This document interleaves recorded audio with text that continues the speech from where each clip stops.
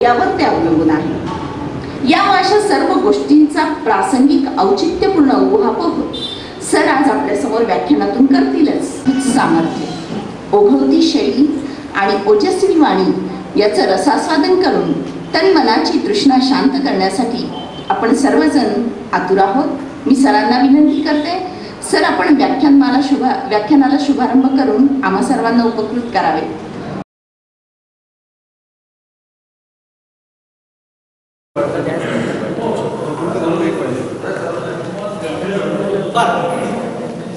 आतापर्यंतच्या याच्यामध्ये काय विचारायचं आहे का? Any questions? फक्त तुम्हाला त्या फॉर्मॅट प्रमाणे घरी काही दिवस करायचं आहे आणि मी ज्या काही सूचना दिलेल्या आहेत मगाशी त्या सगळ्या सूचना एका CD मध्ये आहे। तुमचे LIC संबंधित सगळी सूचना आहेत ते फक्त रोज सकाळी एकदा आणि संध्याकाळी एकदा कॅसेट ऐकणे एवढंच तुमचं काम आहे। हे ऐकण्यापूर्वी एक 5 मिनिटं खोल श्वास घेणे आणि श्वास सोडणे। आता जसं तुम्ही केला त्या पद्धतीने जरा डीप ब्रीदिंग करायचं। याचे फायदे काय होणार आहेत? एक तर तुमचं शरीराला ऊर्जा मिळणार आहे, दिवसभर तुम्ही फ्रेश असणार, तरतरीत वाटणार आहे ना? तुम्हाला आता वाटतंय का जरासं फ्रेश वाटतंय का? एनर्जेटिक असं वाटतंय की नाही? तसं तुम्ही जर 5 मिनिटं रोज केला तर दिवसभर तुम्ही फ्रेश राहता, अजिबात थकवा जाणार नाही।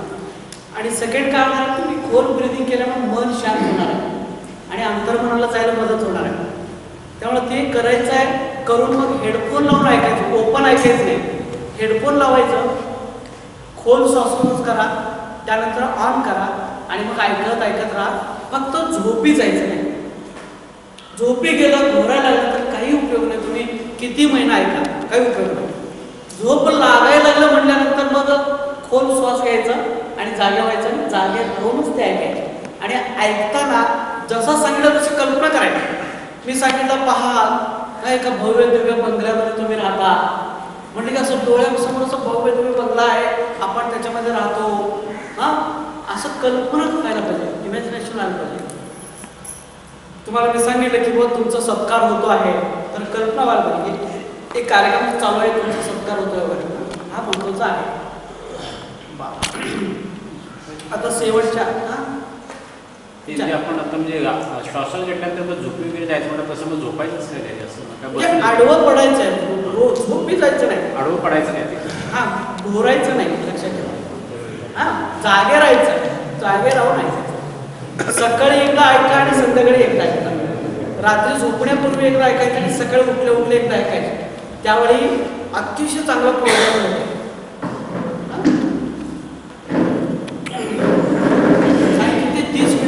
स्वतःसाठी सकाळी 30 मिनिट संध्याकाळी 30 मिनिट काढायला कारण नाही। उगीच इकडं तिकडं धडपडण्यापेक्षा हे ऐका तुम्ही।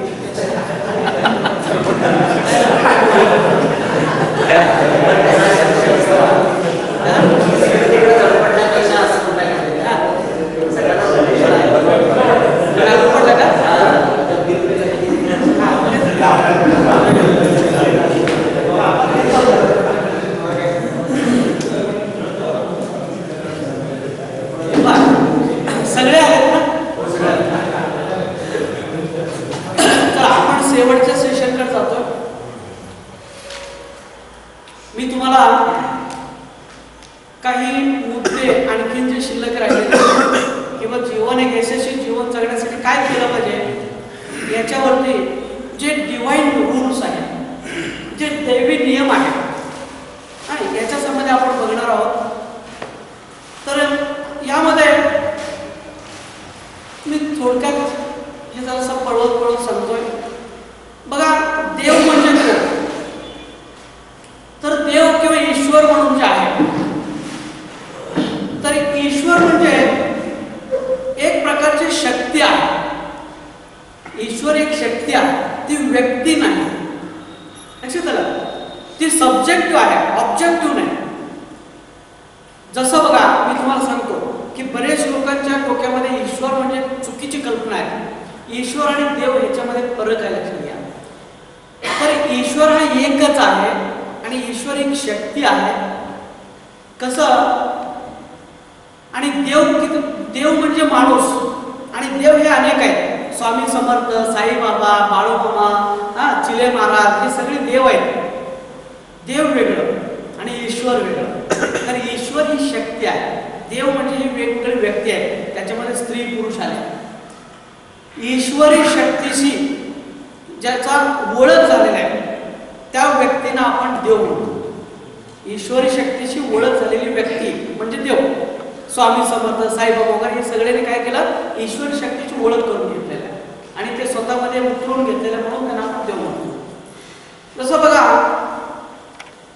की गोडपणा, गोडपणा म्हणून जे आहे की नाही ते तुम्हाला कुठं डोळ्याने दिसतो का? नाही. तर ते गोडपणा म्हणून जे आहे, गोडपणा म्हणजे ईश्वर. आणि आंबा गोड आहे, चिकू गोड आहे, केळी गोड आहे, ऍपल गोड आहे.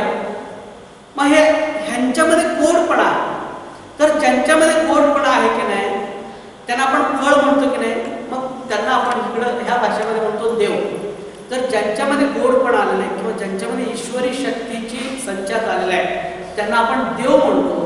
पण हे म्हणजे ईश्वर नव्हे, ह्यांच्यामुळे आपली इच्छा पूर्ण होत नसतात. तर ही शक्ती आहे, ह्या शक्तीमुळे आपली इच्छा पूर्ण होतात.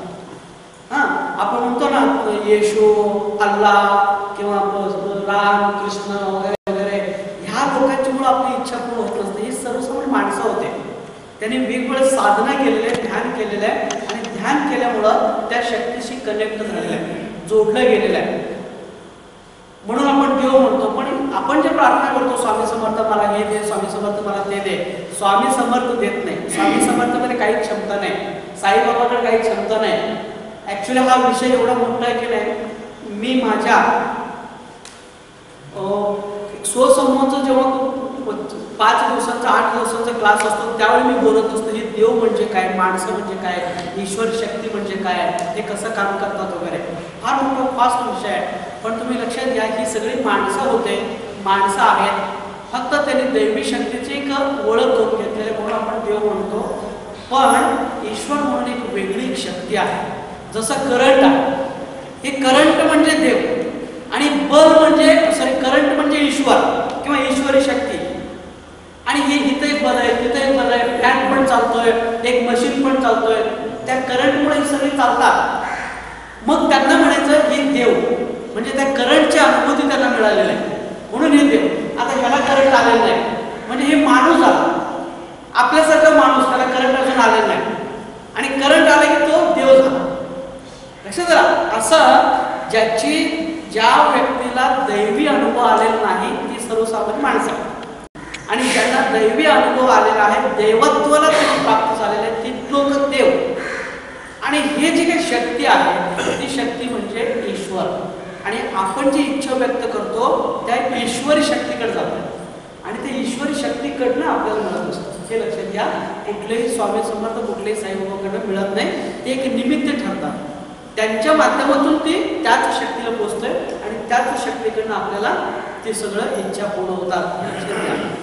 ओके, मला याच्यावरती भरपूर काही बोलता येऊ शकतं, परंतु जस्ट एक आपण हे घेतलं तर हे ईश्वर किंवा ईश्वरी शक्ती जे आहे हे कसं आहे, त्याचे कॅरेक्टर्स काय आहेत बघा.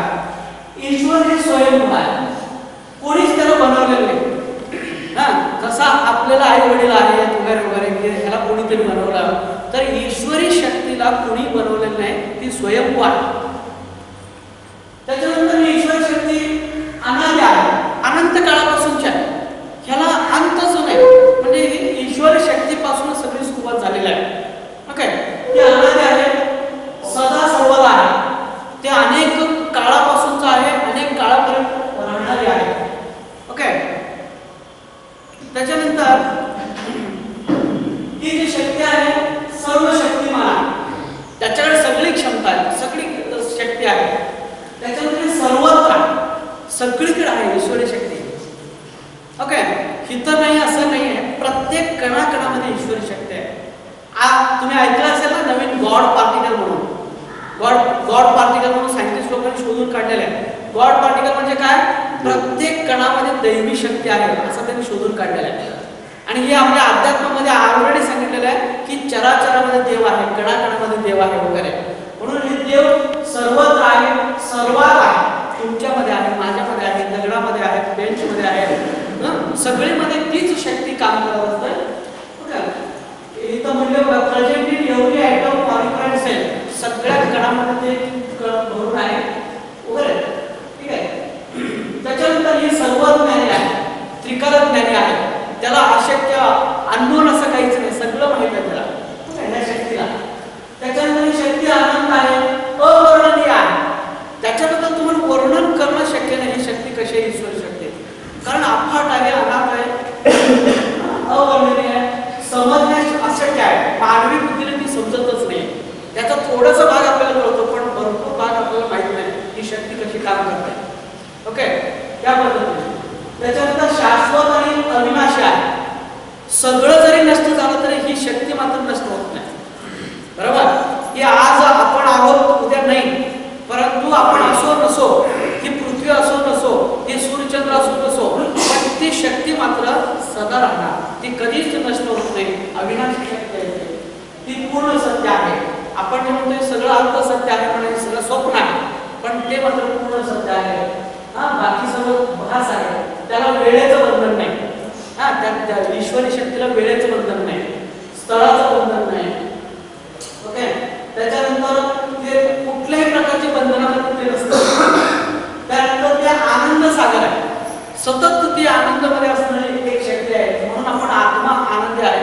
हे मी जास्त एक्सप्लेन करत नाही, फक्त लक्ष द्या. प्रेम सागर आहे, दया सागर आहे, शांती सागर आहे, सुख स्वरूप आहे, पवित्र स्वरूप आहे, निर्गुण आहे. कर्ता आणि कर्मिता तेच आहे. त्याच्यानंतर त्याची जी इच्छा किंवा हे अधिकार अंतिम असतात. आणि हे प्रसंगी गॉड देव जो आहे किंवा ही ईश्वरी शक्ती जी आहे, हा सर्व नाश सुद्धा करू शकतो. सर्व नाश सुद्धा करण्याची क्षमता त्याच्याकडे आहे. आणि अंतिम सत्ता, त्याचा फायनल जे काय असेल तो त्या सुप्रीम, त्याचं फायनल असतं. ते आपण किती प्रयत्न केला तर त्याचं फायनल येऊन राहतो या पद्धतीने. त्यानंतर देव कोण आहे, तर देवाला आपण म्हणतो source of supply. Source of supply म्हणजे काय, आपण जे जे विचार करतो ते सगळेचे सगळे विचार हे कळत न कळतपणे देवाकडे जात असतात आणि देव त्याच पद्धतीने आपल्याला देत असतो. पण तो सोर्स ऑफ सप्लायर आहे. आपण मागणी केली की पूर्तता करायची, मागणी केली की पूर्तता करायचं, हे त्याचं काम आहे. ओके. त्याच्यानंतर ईश्वर काय, गॉड टर्न्स विशेष इंटू रिअलिटी. आपण जी इच्छा व्यक्त करतो ते वास्तवामध्ये रूपांतर करणार आहे. All things are inside God's mind. सगळं हे देवाकडे आहे, देवाच्या मनामध्ये आहे. त्याच्यानंतर मॅन प्रोपोजेस, गॉड डिस्पोजेस. म्हणजे माणूस सतत मागणी करत असतो आणि देव सतत सप्लाय करत असतो, देत असतो. त्याच्यानंतर idea is divine mind, object is in physical mind. Actually फार डिटेलमध्ये एक्सप्लेन करता येईल, पण याचा लक्षात घ्या एवढंच की हे जे ऑब्जेक्ट आहे, कार आहे, पैसा आहे, बंगला आहे, तर ह्यांना आपण फिजिकल वर्ल्ड म्हणतो. तर ही जी वस्तू आहे, ह्या वस्तूंचं एक कनेक्शन वर असतं.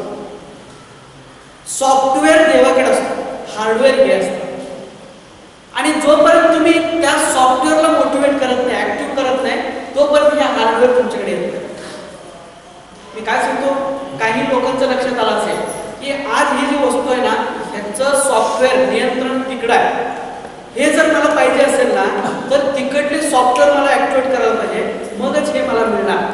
मग आपण कळत न कळत तेच करत असतो, पण आपल्याला माहित नसतं. तिकडं सँक्शन झाल्याशिवाय इकडं आपल्याला मिळत नसतं, हे नेहमी लक्षात ठेवा. ठीक आहे. म्हणून तिथं all things are inside divine mind. सगळं देवाच्या कडे असतं ते. ओके. त्याच्यानंतर आयडिया इज डिवाइन माइंड आणि object is in physical mind. म्हणजे ऑब्जेक्ट हे इथं असतात, त्याचे सॉफ्टवेअर तिकडे असतात, वर असतात, आणि ते मोटिवेट केल्याशिवाय, पैशाबद्दलचं तिथलं सॉफ्टवेअर ऍक्टिवेट केल्याशिवाय इकडं आपल्याला पैसा मिळत नाही. ओके. त्याच्यानंतर भौतिक जग म्हणजे हार्डवेअर आहे आणि ईश्वर शक्ती म्हणजे सॉफ्टवेअर आहे. मग इथं डिवाइन माइंड मधील सॉफ्टवेअरची बटन दाबा म्हणजे भौतिक जगातील हार्डवेअर म्हणतात. देवाकडले सॉफ्टवेअर तुम्ही दाबल्यानंतरच इकडे मिळणार आहे, अन्यथा ते मिळत नाही. त्याच्या इथं काय मिळालं, सर्वात महत्वाचं स्वयंसूचना, व्हिज्युअलायझेशन, प्रार्थना हे देवाकडील सॉफ्टवेअर ऍक्टिवेट करण्याची साधन आहे. बरोबर. हे देवाकडे जे सॉफ्टवेअर आहे तर त्याला ऍक्टिव्हेट करायचं असेल, आता एक कार आहे, ते कारचे सॉफ्टवेअर तिकडं आहे, तिकडं जोपर्यंत ऍक्टिव्हेट करत नाही तोपर्यंत मला कार मिळत नाही. मग हे देवाकडले सॉफ्टवेअर जे आहे त्याला ऍक्टिव्हेट कशातनं करता येतं? स्वयंसूचना घेतल्यामुळे ते ऍक्टिव्हेट होतं, व्हिज्युअलायझेशन केल्यामुळे ते ऍक्टिव्हेट होतं, प्रार्थना केल्यामुळे ते ऍक्टिव्हेट होतं, ध्यान केल्यामुळे ते ऍक्टिव्हेट होतं आणि ते एकदा ऍक्टिव्हेट झालं तिथलं सॉफ्टवेअर मग आपल्याला ह्या गोष्टी इकडे येतात. प्रत्येक गोष्टी तिकडं सँक्शन झाल्याशिवाय आपल्याला मिळत नाही हे लक्षात ठेवा. जसं माझा मोबाईल आहे, मी माझ्या मोबाईलमधून तुमच्या मोबाईलमध्ये रिंग करतो, हे रिंग जरी मी केलो, तुम्ही माझ्या शेजारी जरी असला तरी हा सिग्नल कुठं जाणार? पहिला टॉवरला जाणार, टॉवरला जाऊनच ह्यांना रिंग होतो. नाहीतर इथं शेजारी आहे कशाला टॉवर पर्यंत पाठवायचं, असं काय होतं का? नाही, ते तिकडं जाणार आणि इकडं रिंग होणार. तसं आपण कार जरी इथं आपल्या जवळ जरी असलं किंवा आपल्याला पाहिजे असलं, आपण कारचा विचार करता क्षणी ते विचार तिकडं जातो आणि तिकडं गेल्यानंतर तो त्याला तथास्तु म्हणतो आणि तथास्तु म्हणले ते कार आपल्याकडे येण्याच्या लायकीचे होतंय किंवा ती कार आपल्याला मिळते. हे तुम्ही लक्षात ठेवा, बरोबर? म्हणून हे स्वयंसूचनाच्या माध्यमातून, व्हिज्युअलायझेशन माध्यमातून, प्रार्थनेच्या माध्यमातून तुम्ही देवाकडे सॉफ्टवेअर ऍक्टिव्हेट करू शकता आणि हार्डवेअर मिळवू शकता. हार्डवेअर सगळा पृथ्वी. त्याच्यानंतर हा सर्वात महत्वाचं वाक्य बघा, मला आवडलेलं वाक्य. ही वाक्य काय म्हणतं बघा, God is a restaurant, anybody can draw anything and any time from him, it is open to all. देव म्हणजे एक हॉटेल आहे, रेस्टॉरंट आहे. कोणीही माणूस तिथं हॉटेलमध्ये जाऊ शकतो, काही पण ऑर्डर करू शकतो आणि त्याला ते मिळतं. मला इडली दे म्हणले इडली मिळणार, वडा दे म्हणले वडा मिळणार. तुम्ही कधी पण जावा, ऑर्डर करा, तुम्हाला मिळणारच. तसं देव हा सगळ्यांसाठी ओपन आहे, एक रेस्टॉरंट आहे. कुणी पण त्याच्याकडे मागणी केलं ना, कुणाला पण तो देतोच. केव्हाही मागणी करा, कुणीही मागणी करा. तो असं म्हणत नाही तू ह्या जातीचा, तू त्या जातीचा, तू अमुक आहे, तू अमुक नाही, तू शिकलेले, तू अशिक्षित आहे, तुला मी देणार नाही, असं काही नाही. जसं हॉटेलमध्ये कोणी माणूस जाऊन बसला आणि मला वडा दे म्हणजे वडा देतो, इडली दे म्हणजे इडली देतो, तसं देव हा एक रेस्टॉरंट आहे. कुठलीही व्यक्ती देवाकडं केव्हाही काहीही मागू शकतो, देव कोणालाही काहीही देऊ शकतो, फक्त मागणी केली पाहिजे. ओके, त्याच्यानंतर बघा देवाची भाषा जी आहे, देवाची भाषा ही भावना आहे. आपलं बाह्यमनाची भाषा शब्द आहे, अंतर्मनाची भाषा काय सांगितलं मी? चित्र आहे. आणि देवाची भाषा भावना आहे. जोपर्यंत तुम्ही भावना व्यक्त करत नाही तोपर्यंत देवापर्यंत पोहोचत नाही. म्हणून मी मागायचं काय सांगितलं, विचार रिपीट केलं की कुठं जाणार? काय होणार? त्याचा भावना तयार होणार आणि भावना तयार झाल्या की ते कुठं जाणार? देवाकडे जाणार. तो मागायचा पारा माठवा, देवाकडे जाणार आणि देवाकडे गेल्याशिवाय खाली येणार. तसं इथं देवाची भाषा भावना आहे. तुमची भावना काय म्हणते ह्याच्यावरनं देव तुम्हाला देत असतो, हे तुम्ही नेहमी लक्षात घ्या. तुम्ही पैशासाठी धडपडला भरपूर आणि आतून जर वाटला मला पैसे मिळणार नाही, माझं काय काम होणारच नाही, असा आतून जर वाटला ना, तुमचं भावना काय म्हणतंय? पैसे मिळणार नाही असं म्हणतं, मग पैसे मिळणार नाही. भावना तिकडे जातात ना. म्हणून भावनिक लेवल वाढवा. त्याच्यानंतर देवाला विश्वास, श्रद्धा, प्रेम ह्या भावना करतात. ओके, म्हणून त्याच्यावर श्रद्धा जर असेल तरच तो देव काम करतो. नाहीतर किती तुम्ही पंढरपूरच्या वाऱ्या करा, तुमची श्रद्धाच नसेल, मला विठोबा काहीतरी करेल म्हणून, काही होत नाही. आहे तसंच तुम्ही राहणार. कित्येक वारकरी आपण बघतो, किती तर लोक लहानपणीपासून उपवास करतात, पूजा करतात, प्रार्थना करतात, त्यांच्या जीवनामध्ये काही फरक पडला नाही. कारण का फरक पडला नाही? तर एक मेकॅनिकल म्हणून करतात. त्यांची भावना नाही, श्रद्धा नाही, देव माझं भलं करेल हा विश्वास नाही. उगीच सगळे पाय पडतात म्हणून पाय पडायचं, दिंडीतनं लोक जातात म्हणून दिंडीतनं लोक जायचं. त्याच्यातनं देव तुम्ही किती वेळा माझ्याकडे वाऱ्या मारला त्या तिकडं बघत नाही. देव तुम्ही घरी बसून काय भावना व्यक्त केला, माझ्यावर विश्वास ठेवला का, मी तुम्हाला कार देणार, मी तुम्हाला पैसे देणार, मी तुम्हाला नोकरी देणार, ह्याचा विश्वास तुम्ही ठेवला का, हा देव बघतो. तुमचा तो विश्वास नसेल, उगीच जाणं येणं किती जावा, त्याला देव महत्व देत नाही. तुम्ही किती प्रार्थना करा, पूजा करा, मंत्रजाप करा, किती नारळ वाढवा, काय वाटते ते तुम्ही करा, त्याचा आणि देवाचा काय संबंधच नाही. संबंध कशाचा आहे? तुमच्या भावनेचा आहे. भावना हा तुमचा चांगला असेल, मला मिळणार म्हणजे मिळणार, 100% देव देणार, मला नाही मिळणार नाही देणार. भावना पॉझिटिव्ह असेल तर तुम्हाला मिळणार, भावना तुमचं निगेटिव्ह असेल, मला मिळणार नाही तर नाही मिळणार. म्हणून इथं होकारात्मक भावना असेल तर मिळणार नाही तर नाही. किंवा इथं काय म्हणलं बघा, without faith universal mind cannot receive message. विश्वास नसेल तर देव तुमचं संदेश घेतच नाही, प्रार्थना घेतच नाही. लक्षात आलं? त्याच्यानंतर देव भावनेला भुकेलेला आहे. हा एक वाक्य तुम्ही ऐकलं असेल कुठेतरी, तो भावनेला भुकेला. भाव भक्तीचा भुकेला. भाव आणि भक्तीचा भुकेला म्हणजे त्याला ते कळतं, त्याची भाषा ते आहे, त्याला समजून घेण्याची भाषा ते आहे. म्हणून तुमची भावना जर होकारार्थी असेल